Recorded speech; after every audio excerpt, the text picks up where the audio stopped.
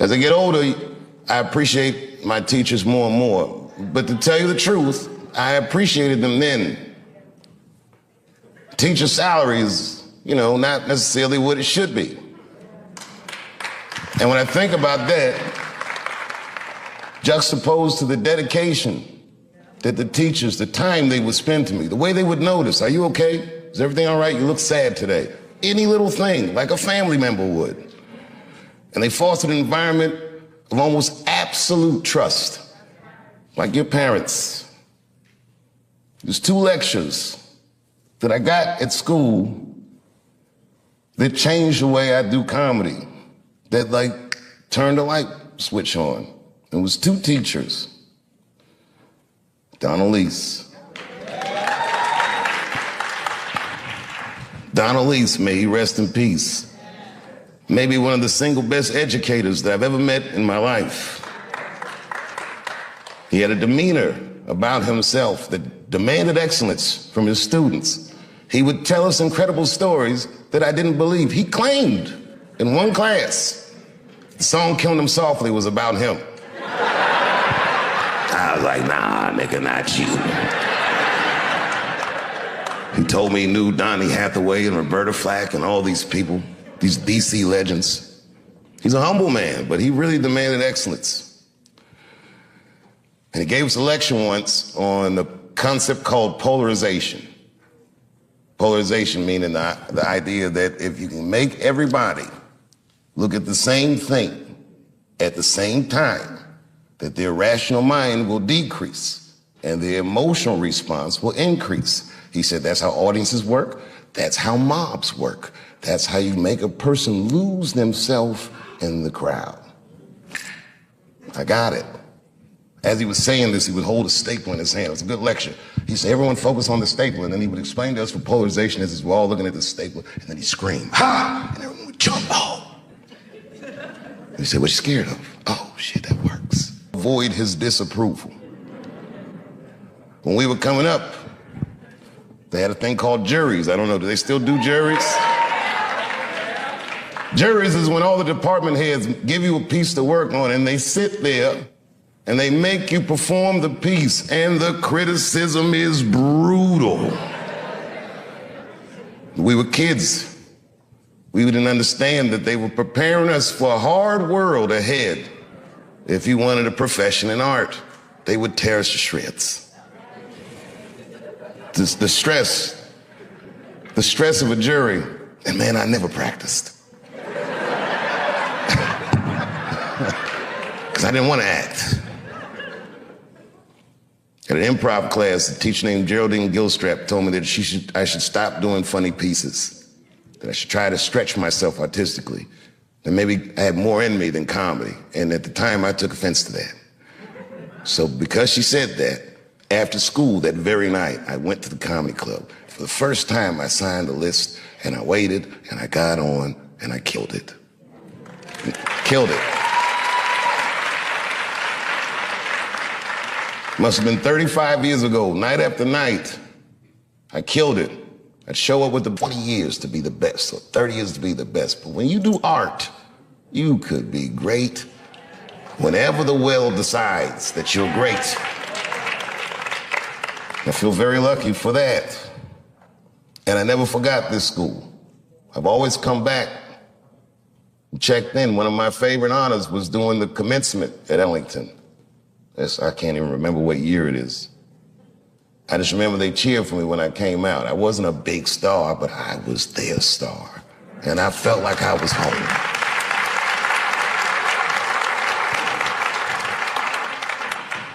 After I did Lorne Michaels, after I did Saturday Night Live, Lorne Michaels said something that I got to share with you. He goes, you went to Peggy Caford School, didn't you? That's what he said. And I said, I did. And he said, I want to say to Saturday Night Live, he goes, tell her I owe her money.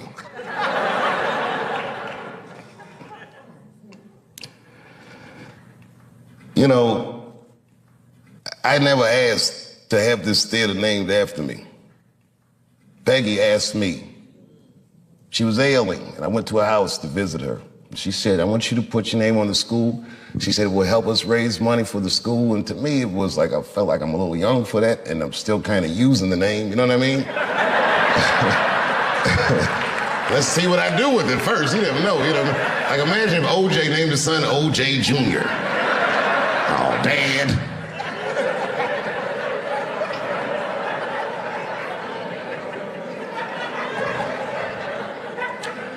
And around then, I was receiving the Mark Twain Prize, huge honor. And the next day, all the artists that came to honor me, the Bradley Coopers and Chris Tuckers and all these great people came to Ellington, and they taught master classes for the students. And Peggy Cooper Cafritz, as sick as she was, got out of her bed so she could be with her babies. She never left us. So I did it. Say, you know, whatever you want to do, if I can help, I'll do it. I got to tell you, if you quit a show like Chappelle's show, I don't know if you know what happens to you professionally, but I'll tell you what doesn't happen. They don't just say, well, good luck in your future endeavors. With that media, they beat me up. With their power, they tried to make me behave. It takes a strong person to stand out in the cold like that. And I swear to God, so much of the strength I got to do that, the inner warmth I got to do that, I learned in this school and from my friends who helped raise me. So why wouldn't I do anything I could to help my benefactor? And the last time I came back, after the closer, when the kids were mad at me, I gotta tell you, that was quite the day.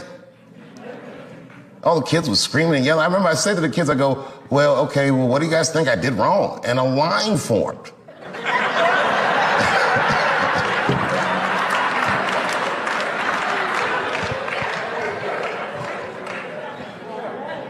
These kids said everything about gender and this and that and the other, but they didn't say anything about art. And this is my biggest gripe with this whole controversy with the closer, that you cannot report on an artist's work and remove artistic nuance from his words.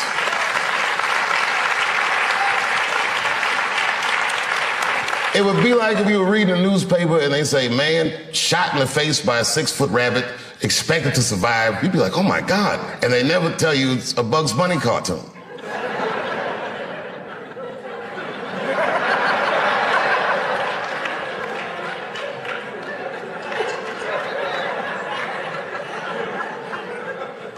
I took a lot of cold shots in show business. And I gotta tell you, as the years go on, you feel shots less and less. Hey, it's just the business, is what you say. But that one, that day, boy, that day they hurt me. When I heard those talking points coming out of these children's faces, that really, sincerely hurt me.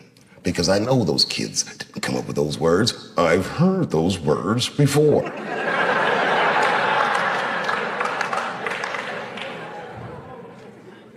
The more you say I can't say something, the more urgent it is for me to say it. And it has nothing to do with what you're saying I can't say. It has everything to do with my right, my freedom of artistic expression that is valuable to me, that is not separate from me. It's worth protecting for me, and it's worth protecting for everyone else who endeavors in our noble, noble professions. And these kids didn't understand that they were instruments of oppression. And I didn't get mad at them. They're kids, they're freshmen, they're not ready yet. They don't know. What made me mad, and I am this petty,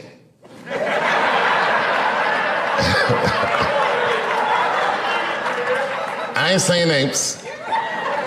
One of the kids' mother went on Fox News. And she used to be a student here.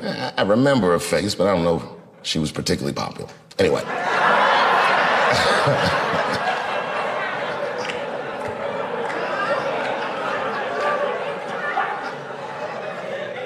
She was in the literary media arts department. She said a lot of things that I didn't like, a lot of things, but, you know, that's her right. Things she said that got to me. She said, at Duke Ellington, that theater was a sanctuary for students. I used to sit there and meditate. Well, of course you'd meditate. You were a literary media arts student. We didn't meditate in here, we got to work. But okay, fine. I would sit in there and meditate, she said.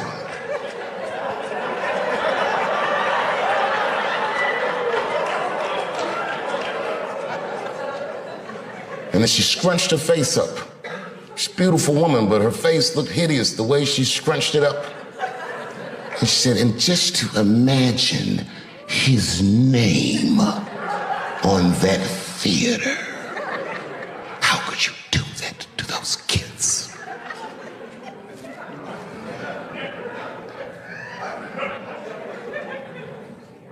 Listen, no matter what they said about The Closer, it was still the most watched special in the world.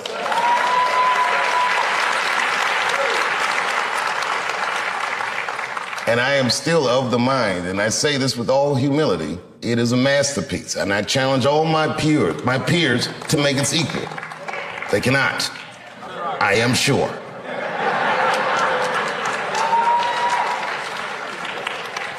It will be decades before you ever see someone in my genre as proficient as me.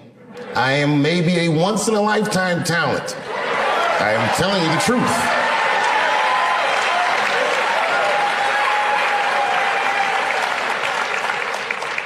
About 3 weeks ago, I saw in the newspaper that a man that was dressed in women's clothing threw a pie at the Mona Lisa and tried to deface it. And it made me laugh because I'm like, it's like The Closer.